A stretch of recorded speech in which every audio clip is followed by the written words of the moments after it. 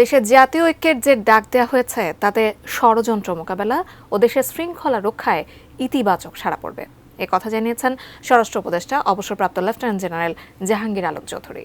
বৃহস্পতিবার সকালে নারায়ণগঞ্জের রূপগঞ্জে পূর্বাচল ফায়ার সার্ভিস ও সিভিল ডিফেন্স মাল্টিপারপাস ট্রেনিং গ্রাউন্ডে আয়োজিত আন্তর্জাতিক ভলান্টিয়ার দিবসের উদ্বোধনী অনুষ্ঠানে তিনি কথা বলেন। স্বরাষ্ট্র উপদেষ্টা আরও বলেন, সীমান্তে সেই ধরনের উত্তেজনা নেই, শুধু ভারতের গণমাধ্যমগুলোই বাংলাদেশ নিয়ে মিথ্যা অপপ্রচার চালাচ্ছে।